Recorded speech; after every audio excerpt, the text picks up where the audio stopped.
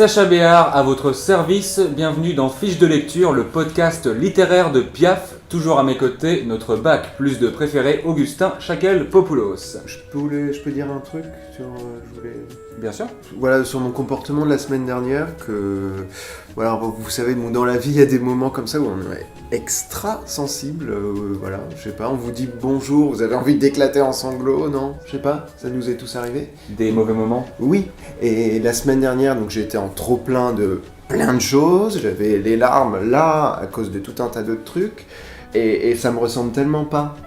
Donc je voulais juste mettre des mots sur ça, surtout que ce truc d'À fleur de peau s'est reproduit par la suite. Heureusement il n'y a pas toujours une caméra pour... voilà, mais en fait c'était des petits... Des petits warnings. Exactement, puisque par la suite j'ai fait un burn-out qui est maintenant derrière, et je voulais juste vous dire que je vous aime fort. Aujourd'hui on parle de Diarrhée de Simon Liberati, Eva de Simon Liberati, qui parle de la rencontre entre Simon Liberati, l'auteur, ça va les chevilles, et Eva Ionesco, une parfaite inconnue. Moi je connaissais évidemment Eva Ionesco, période mineure. Sur les sites pédophiles. Enfin, pas pédophiles, pédoclastes. On détruit ces enfants. Quelque part, oui, sûrement qu'inconsciemment j'ai envie de les détruire, oui, mais si mon plaisir est supérieur à leur peine, tu crois pas que ça vaut le coup T'as vraiment eu des rapports avec des pitchounes? Ah, protégé ou non protégé? T'es dégueulasse. J'ai une petite bite. C'est quand même débile, le mec consacre un livre entier sur Eva Ionesco, qui n'est même pas la Ionesco la plus connue. C'est comme si moi, j'avais l'occasion d'écrire un livre sur Christophe Lambert, et qu'à la place, j'en faisais un sur Vincent Lambert. On n'a pas tous les jours 17 ans, disait Rimbaud. Eh bien, Simon Liberati semble condamner avec la plus grande fermeté les propos du jeune poète, tant ce livre est régénérant, que diable!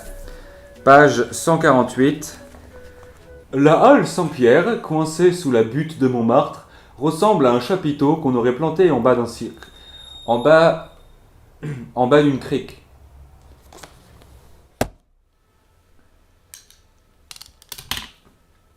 Il y a de la réflexion dans ce passage, bien sûr, mais plantaire. Pas pour rien que son style est qualifié d'ampoulé. D'habitude, j'aime tous les bouquins que je lis, mais là c'est une catastrophe. Eva de Simon Liberati aurait pu être le deuxième livre d'Adolf Hitler. Je lui mets la note de 19 mai 1925 sur 10. Le 19 mai 1925 étant la date de naissance de Pol Pot, une des pires personnes de l'histoire. Moi, je me retrouve quand même toujours dans ce genre de persos qui ont vécu 15-20 vies. Puis bon, moi aussi j'ai été une sorte de figure, entre guillemets, si vous vous souvenez, pour ceux qui se rappellent, de la nuit parisienne dans les années 2000, notamment la rando roller. C'est vrai que ça pouvait être assez sauvage certains vendredis du côté de Place Dite. Oui, et justement, il y a aussi, alors je sais pas comment ça s'appelle, mais il y a des, je vais vous montrer, tout simplement, des petites étoiles en fait qui séparent les chapitres, et que je trouve trop belles.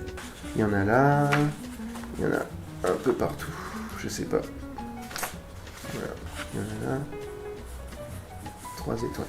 Tu veux savoir comment j'ai vécu la lecture de ce livre? Mm-hmm. Je vais te montrer. Alors.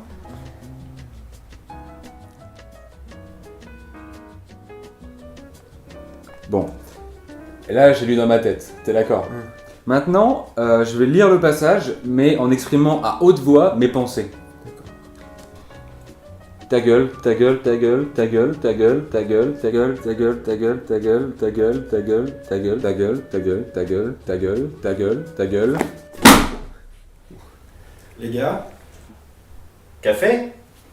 Ok, 3 pour Sacha, ok, Augustin? Non, merci, non, je suis trans en fait, et donc je dois prendre des hormones à vie, et la caféine, c'est pas ce qu'il y a de mieux recommandé. Mais c'est adorable, il n'y a pas de souci.